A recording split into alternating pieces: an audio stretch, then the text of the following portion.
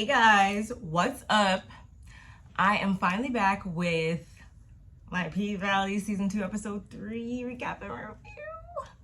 I know, I'm literally a week late, but as you guys know, if you've watched my previous uploads, that this week was a little bit hectic for me and I was a little bit late, so I do apologize.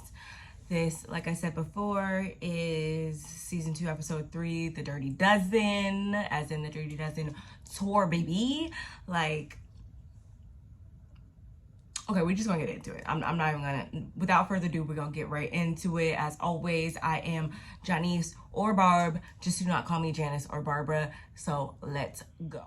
So this episode begins with Roulette is in the boom boom room, paradise room. It goes down in this room, whatever you want to call it. That's where Honey is at, and she's giving, she's serving, she's doing what she got to do to get to the bag, okay? And she was like on this spinning pole, and it was like spinning, but it wasn't like it wasn't mounted. Like, it was literally just like a pendulum, you know? And I was just like, nah, I didn't see a lot of in my day, but okay. I'm with it. But anyway, she's there and boom, bam, all this shit goes down, and it basically results in dude asking her to take off her mask, and and she's like, yeah, for some money. And he throws a stack on the table. She takes her mask off. He says, oh, yeah, you got those, yeah, those lips. You know, if you watch the episode, you know what I mean when I say she got them lips. So he says, so he's like, yeah, how much for some and she's like, yeah, you a hoe, you out the door on Clifford's rules. But then she turns out, she agrees to break the rules for a break. And he throws it down, and she kind of like puts his chair back or whatever so the cameras can't see, and she goes to town. And I'm like, yep, she gonna be some motherfucking trouble. Especially after this episode, like, I realized, like, she gonna have some shit circulating around her. You mark my words. But anyway, next we see Mercedes. She comes in, and was she like actually like dancing that night or whatever? She did have a bag on her hand, right? But all the other girls, they got, buku dollars up in their bags, and she just kind of looking around, scowling, and Roulette, of course, takes this moment to poke some fun at her. And I think this is when she realizes, like, she got to think of something else, like, that this might not, she's already been obviously trying to make her exit, but I think she knows at this moment that it's time to get the fuck, okay? And so then she leaves, and she pops in over at her studio, and there's some like people moving. Like, the whole strip is pretty much for rent. Everybody is out, like, it's all shut down or whatever. But I was trying to figure out if they were, I guess those are the people next door to her or what. I don't know. But she puts a call in to Coach from last season. I don't mean Coach, he is a coach, but Coach from last season. And she basically takes him up on his offer that he threw out there last season to basically be a kept chick, okay? $10,000 a week, put you up in a condo, living the life, right? Okay. But her terms and conditions are that his wife has to agree, okay? So I'm just like, okay, how will this end? I don't know, but they agreed to meet up and, iron everything out this upcoming week. So that's pretty much that for that. Meanwhile, Miss Terica rolls up to her, and I do that because that's literally what the car did. I was like, okay, either she ain't got no license or she just got him last week. But I was like, okay, young lady. But yeah, so she pulls up at Patrice's food drive, and the lady, Miss Janice, coincidental, she is like, how many, hey, how you doing? And she's like, yeah, I would like 2 boxes. And she's like, yeah, you can only have 1 box. But she's like, hey, Pastor Woodbine, this young lady says she wants 2 boxes. So then Patrice comes over, and Terica's like, fuck. Like, that's exactly what she didn't want, right? So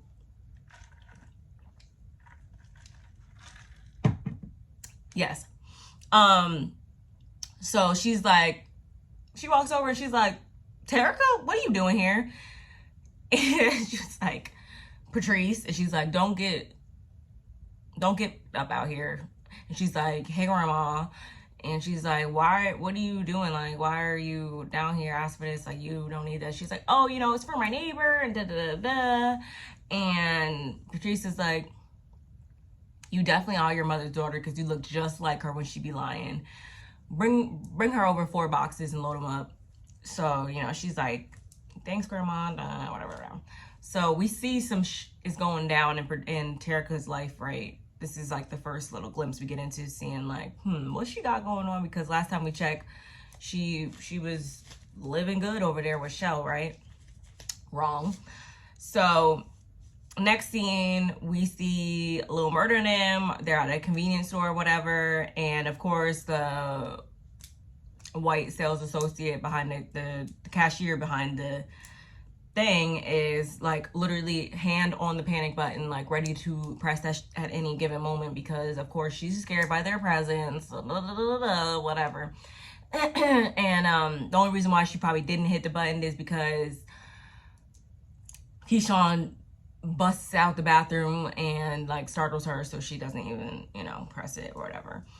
And afterward they take pictures and he does that fake pass out thing, and I was just kind of like, oh my god, okay, whatever.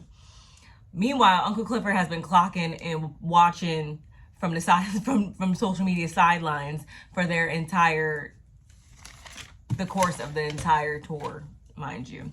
And him and Autumn, were they at the car wash? I don't know where they were exactly, but or they in the paint? I don't fucking know. But Autumn says they need a new headliner because, you know, Mercedes, you know, she took a tumble last week or so she can't headline, obviously. There's no Mercedes Sundays, none of that right now until she gets better, right? Okay. And she says, as in Uncle Clifford says, yeah, she ain't gonna like that. You know, we know how Mercedes is, okay? She's the queen bee around there, and she not trying to give up her crown. So I think Uncle Clifford also says that, you know, and it's your fault because Mercedes wasn't even ready, okay? And Autumn's like, you know what? Well, everybody can get replaced, so we're gonna put Roulette and Whisper up there, period. That's just what's gonna happen. And we also need a new DJ, so Big Bone, what's up? Big Bone's also there. And Uncle Clifford's like, girl, no, like, Big Bone, like, I don't think so. And Autumn's like, well, you was just bumping to her music 2 seconds ago, so what the hell? And Big Bone, she's with the shits, of course. And so then Autumn says, you know, she can DJ. So that's just what's gonna happen. And Uncle Clifford was obliging.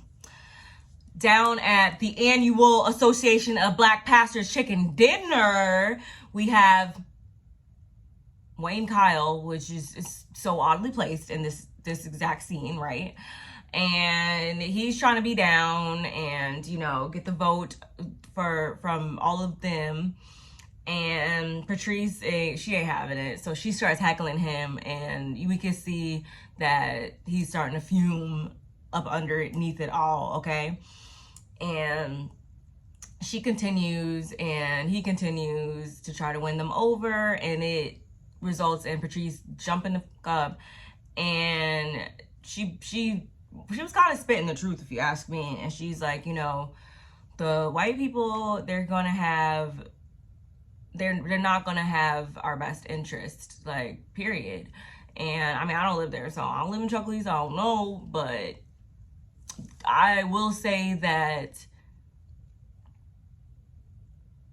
this is probably the one episode where she didn't really piss me off too much, and that I kind of maybe should, I don't even want to say she might redeem herself this season, but I wasn't too mad at her opening her mouth so far.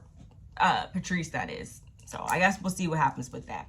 Back on tour, we get Big Frida, you already know, and makes an appearance, and Rome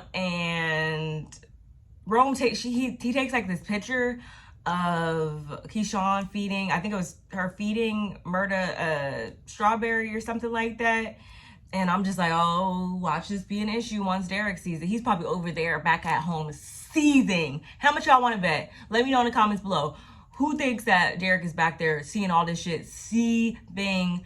And I don't even want her to go back there for real. I really don't.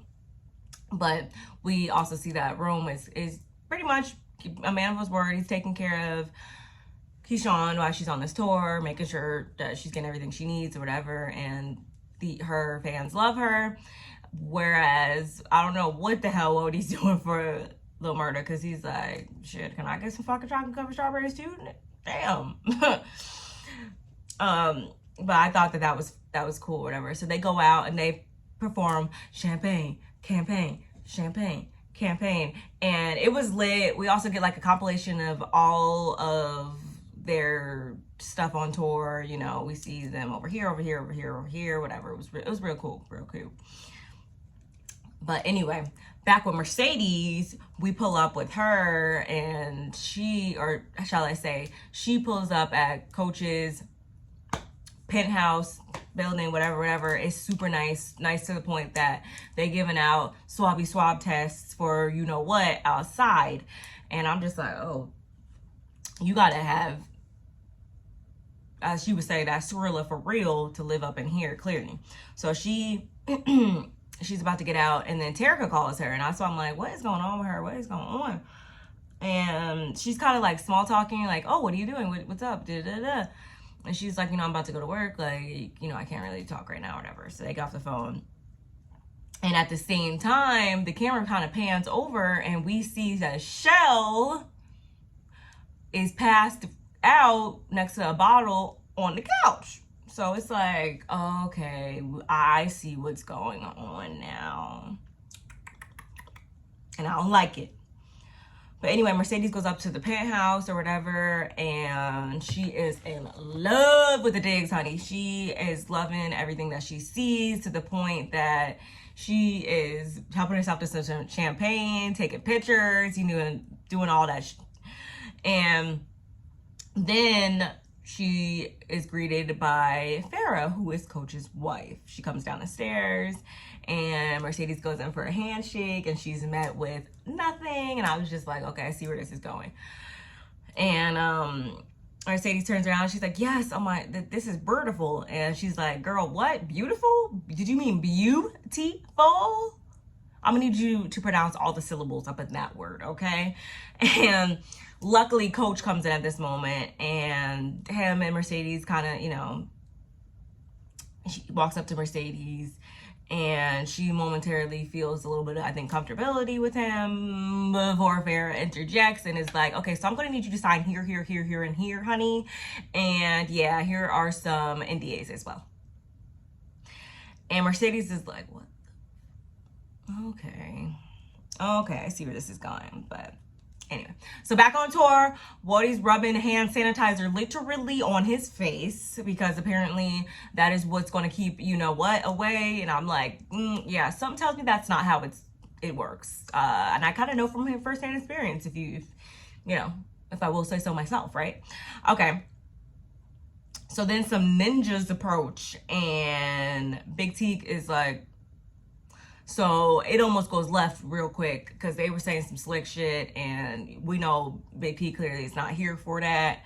But luckily he walks off, and Rome kind of, I don't know if his wheels started turning, or he picked up on something that was said, or he's just like, okay, this is some shit that's about to go down or whatever. But he kind of gives this look at the end, and I kind of don't know what to make of that, but whatever. Circling back, Mercedes notices some photographs on the wall at Coach's place, and basically he's like, okay, yeah, basically those are just when, you know, Farrah was a real photographer. She's like, I am a real photographer. He's like, no, when you're actually doing photography, which I'm kind of like, I didn't really like that. And I don't think, obviously Farrah didn't really like that, and Mercedes picked up on it, and I guess she used this as her way to get in there good. And she was kind of able to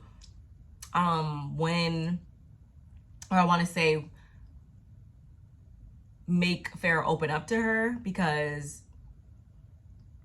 Coach, his phone rings, so he steps away, and after Mercedes, you know, describes the photographs in detail and shows that, you know, she can find value and sees the beauty in her creativity, Farrah's kind of like, you know, she gets kind of vulnerable, right? And basically they kind of have an exchange where it's like, bottom line is, we all owe to somebody. So, and at least in this case, Mercedes is getting 10K in a condo, 10K a week in a condo out of it. So can I really be mad at it? Honestly, at this point,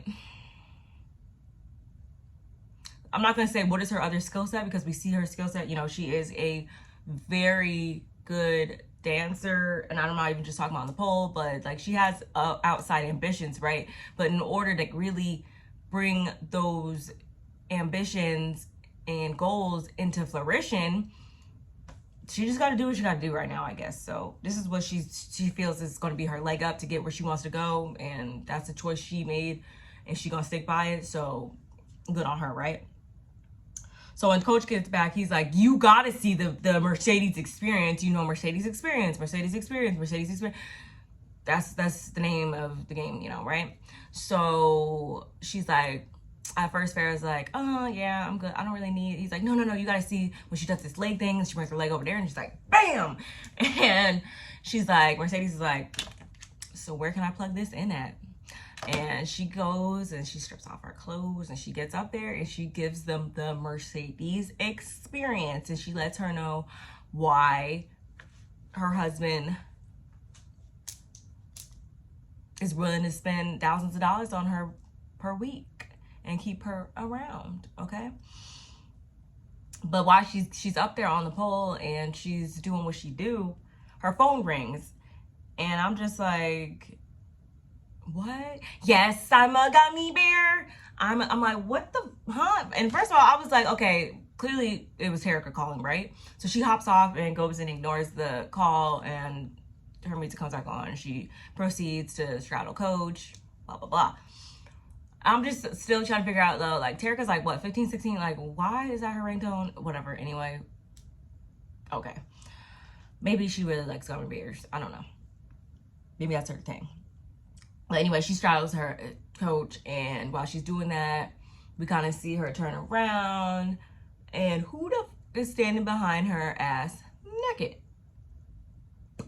Farrah. So she clearly won her to f over, and she sees something that she likes, and she's like, I'm gonna get in on this too. And Mercedes and Coach are kind of like, at first, but ooh, something like, oh, y'all. But she's down for it, and I'm just like, we about to go on a roller coaster ride, okay? And then we also get this little small clip of Andre speaking to Brittany, and she's like, yo, when you coming home? And he tells her some BS about the will, reading of the will got pushed back, and she also was like, you know, well, my dad says that, you know, he found you a job or whatever, and he's just kind of like, oh, they're not gonna be together. We all know this is coming or whatever. And I wonder if it's gonna result in, I think I saw on the season's previews that she's gonna wind up coming down there and busting him out or something. So I guess we'll see about that, right? Back, like I said before, it's Mr. Nasty time. It's Mercedes on Coach, Coach on Mercedes, Farrah on Coach, swapping bodily fluids and all that goodness, right? Okay. And Terica calls again, or so we thought. And it turns out it's not even Terica, it's the sheriff. And he's like, yeah, we got her down here underage driving, and the passenger is passed out. So we see Shell, yeah, in the car, passed out. Terica's sitting there in tears in the driver's seat. And we're like, oh shit. Okay, so this just was like, we were at 50 before and we went to 1,000, just like that. And they're like, you know, you need to come down here and get her. But I also was thinking too, I was like, well, when she pulled up on Patrice's food drive, did she not know that she didn't have a license? Whatever. Anyway, who cares? So Mercedes knows she got a dip, right? And so then back on tour, Miss Humpback is on live, and it's after the show and everything, but there's this one chick in particular that's going off, Lil murder. And it's like, okay, who is this girl or whatever? And the same ninjas from before come back up, and Big Teak and them get into it like bad, to the point that Big Teak is shot, but it's not a fatal shot. So they all jump in a hearse and pull off. And this all stemmed from one of the dudes insinuating that Murda is gay. And yeah, so they started fighting straight like that. And all we heard was pop, pop, pop. And I'm just like, damn, we only halfway through the tour. We still got the other half leg of the tour, right? But anyway, the girls at the Pink, of course, are watching this all go down. And they're like, Mississippi always got some wild shit around her. And I also see that Uncle Clifford's friend from the birthday party is actually there doing makeup and whatnot. So I was like, oh, okay, cool. They good, cool. Anyway, Roulette goes into the stall. She has her period. And of course, Miss Mystery Whisper is right behind her with the tampon, like, here you go. And they kind of exchange a little bit of words for a minute and get a little bit more acquainted with one another. And it's kind of like Fire and Ice, Heaven and Hell, Angel Devil. Like, I see that that's probably their dynamic that they're going to capitalize on or whatever. And Whisper then offers Roulette a line. She snorts that bitch, and they hit the stage. And I'm not gonna lie, they do kill it, but I still see some trouble with these two. I still see some trouble. And then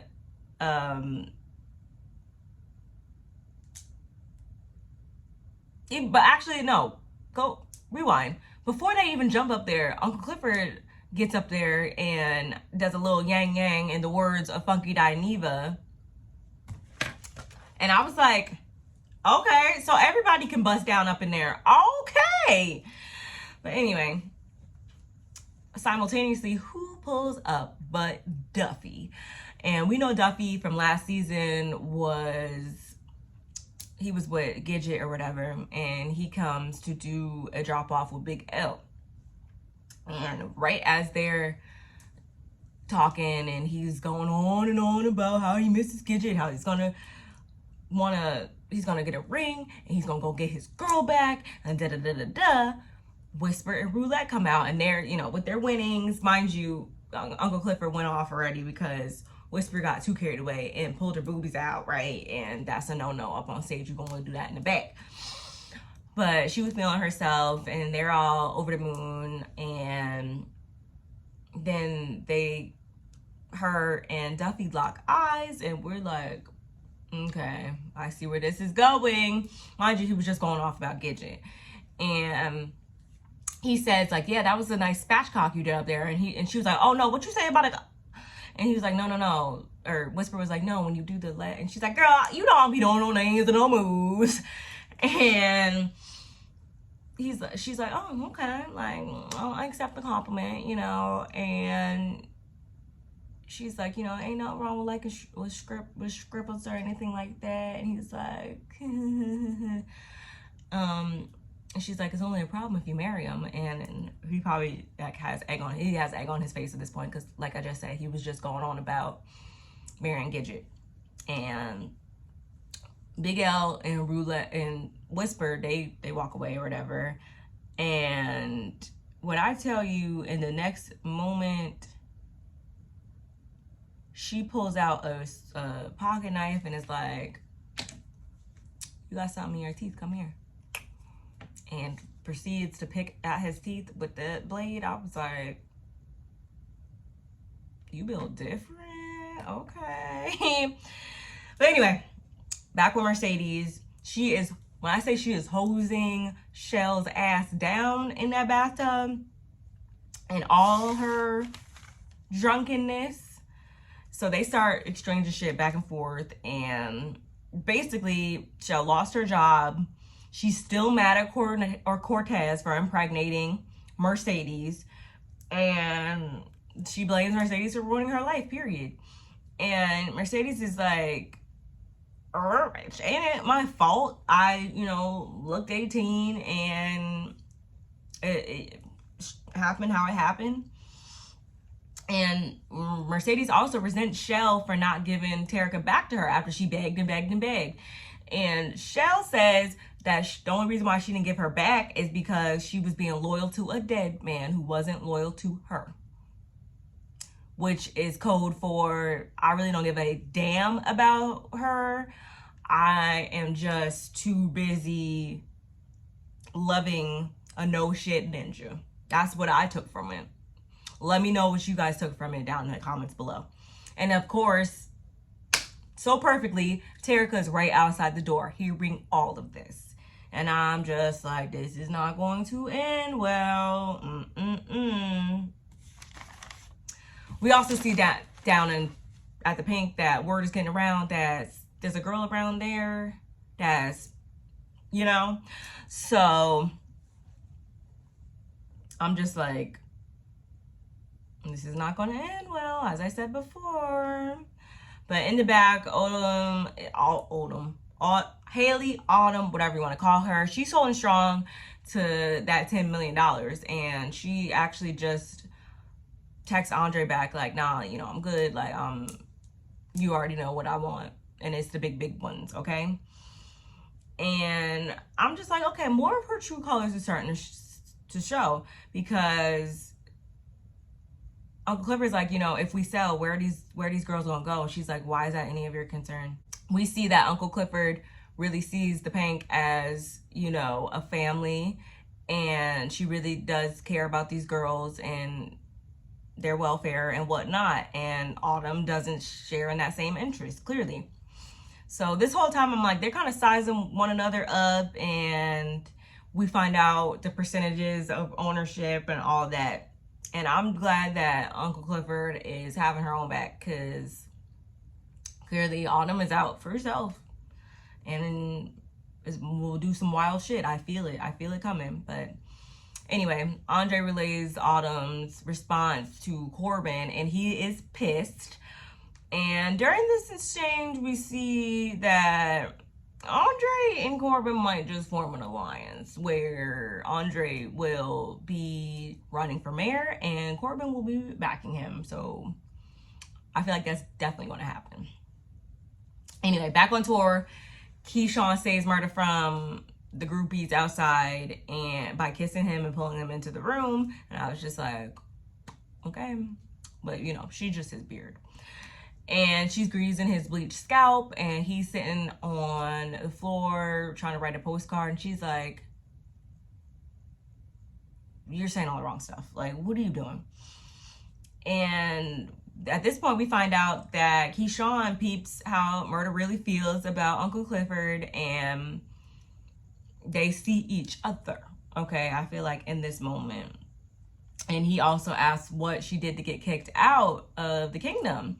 And she's like, I couldn't believe in fairy tales. And I'm like, I don't exactly know what that means, but okay, so are you saying that Diamond was supposed to be your knight in shining armor that was supposed to whisk you away from all your troubles? Is that what you mean? Because if that's what you mean, okay, I guess it makes sense, but stop with the whole code stuff, okay? And she grabs the postcards, acting all crazy, whatever, tries to run out the room, and Big Teak is boom right there, and he's like, yo, we ride to the store with me. And Murda's like, okay, so then they roll out. Back with Mercedes, she's still over at Shell's, and Terica starts asking questions, of course.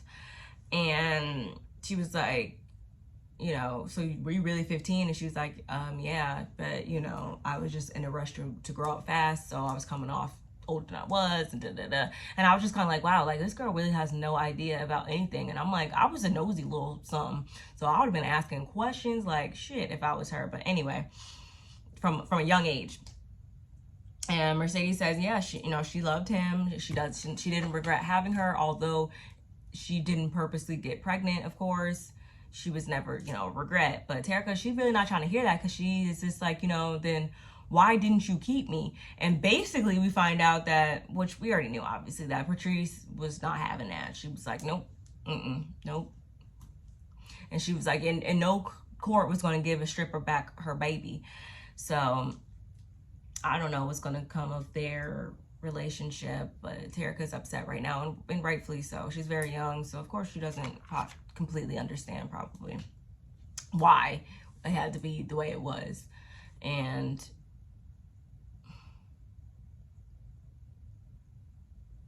so then this means what?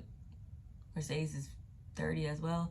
And honestly, not saying that an environment, a loveless environment where you have all the material things is better. I'm not saying that at all, but I'm trying to contemplate and see, like, okay, I feel like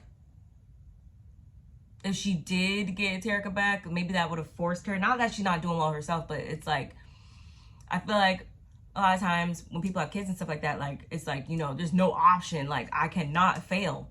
So she would have found a way. I like to think, hopefully. So, yeah, maybe, I don't know, y'all. Anyway, back on tour, Murda and Big Teak, they're outside sitting on the steps, and they really go back, apparently. Apparently, when they were locked up, somebody tried to, or they did shank Murda, and if it wasn't for Big Teak, he would have been dead, and vice versa, because when he got sent to the hole after that whole thing, after taking old dude out that shanked Murda, it was Murda's rhymes that kept him going. And I'm just like, y'all have a different type of loyalty, I feel like, because there's something more there. Something more, something romantic, something is there, clearly. And I think in the episodes to come, that'll be revealed. But will that be an issue once Big T finds out that Murda and Lil Clifford, Uncle Clifford, have something? Like, I don't know. But anyway, we get another scene with Patrice. She's down at her church, and Wayne Kyle, as I said before, he was seething when she was calling him out on his and so he brought the police down to basically serve her and shut her down for not social distancing properly. And she's like, okay, bet, you done fucked with the wrong bitch. And I was just like, we know she's a petty ass. So maybe she'll keep him occupied so that the Pink and everything else can just, maybe this is what it's gonna be. It's gonna be Patrice and Wayne, it's gonna be Andre and Autumn and whatever, that whole thing. Uncle Clifford and Murda, obviously they got their back and forth thing. Like, I think everybody's teaming up against, like, it's this. And I like that. I like it's not just fixated on Autumn this season or this or that or whatever. Like, I like that everybody's got a really good storyline. We get a scene with Uncle Clifford. She gets a postcard from Murda, who apparently has been sending postcards throughout the duration of the tour at every stop. And I was just like, I just want them to be together. Oh my God, I just want you guys to be together.